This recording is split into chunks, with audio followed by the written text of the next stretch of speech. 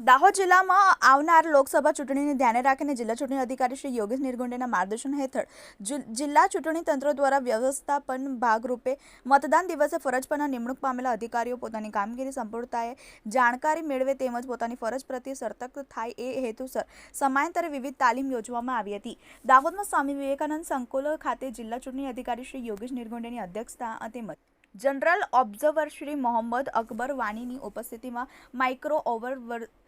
ઓબ્ઝર્વર્સની તાલીમ યોજવામાં આવી હતી, જેમાં નિમણૂક પામેલા તમામ માઇક્રો ઓબ્ઝર્વર્સ માટેની તાલીમ યોજવામાં આવી હતી। માઇક્રો ઓબ્ઝર્વર્સની આ તાલીમ દરમિયાન ચૂંટણી તંત્ર દ્વારા પ્રેક્ટિકલ પેમ્પલેટ તેમજ પીપીટી દ્વારા મતદાનના દિવસે માઇક્રો ઓબ્ઝર્વર્સ દ્વારા કરવાની થતી બીઓ, સીઓ તેમજ વીવીપેટની કામગીરીની મહત્વની જાણકારી મામલતદાર શ્રી સમીર પટેલ દ્વારા આપવામાં આવી હતી। આ તાલીમ દરમિયાન જિલ્લા ચૂંટણી અધિકારી શ્રી યોગેશ નિરગુંડેએ તમામ માઇક્રો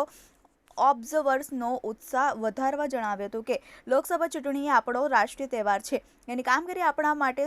રાષ્ટ્રીય કર્તવ્ય છે, જેને આપણે સૌએ ઇલેક્શન કમિશનની ગાઈડલાઇન મુજબ અનુસરીને કરવાની છે। તેઓએ વધુમાં ઉમેર્યું હતું કે મતદાન દિવસે જો કોઈ ક્રિટિકલ પરિસ્થિતિ જણાય તો તાત્કાલિકપણે જનરલ ઓબ્ઝર્વર શ્રી મોહમ્મદ અકબર વાનીને રિપોર્ટ કરવાનો રહેશે। તે ઉપરાંત જનરલ ઓબ્ઝર્વર્સની મોહમ્મદ અકબર વાનીએ પણ માઇક્રો ઓબ્ઝર્વર્સને સંબોધતા જણાવ્યું હતું કે તમામ માઇક્રો ઓબ્ઝર્વર્સે નાનામાં નાની બાબતોનું ઝીણવટથી નિરીક્ષણ કરીને દરેક પ્રક્રિયાની નોંધ કરવી, મતદાન મથકની તેમજ અંદર તેમજ તેની આજુબાજુની પ્રાથમિક વ્યવસ્થાનું પણ ધ્યાન રાખી જો જણાય તો તાત્કાલિકપણે જે કામગીરી કરવામાં જણાવ્યું અથવા તો આસિસ્ટન્ટ રિટર્નિંગ ઓફિસર્સનું ધ્યાન દોરાવવાનું રહેશે। આ તાલીમ દરમિયાન જિલ્લા ચૂંટણી તંત્ર દ્વારા પીપીટી દ્વારા રજૂ કરવામાં આવેલા માહિતી જિલ્લા ચૂંટણી અધિકારી શ્રી યોગેશ નિરગુંડે તેમજ જનરલ ઓબ્ઝર્વર શ્રી મોહમ્મદ અકબર વાનીએ નિહાળી હતી તેમજ માઇક્રો ઓબ્ઝર્વર્સને કોઈ પણ પ્રકારના પ્રશ્નો હોય તો તે અંગેની ચર્ચા પણ કરવામાં આવી હતી।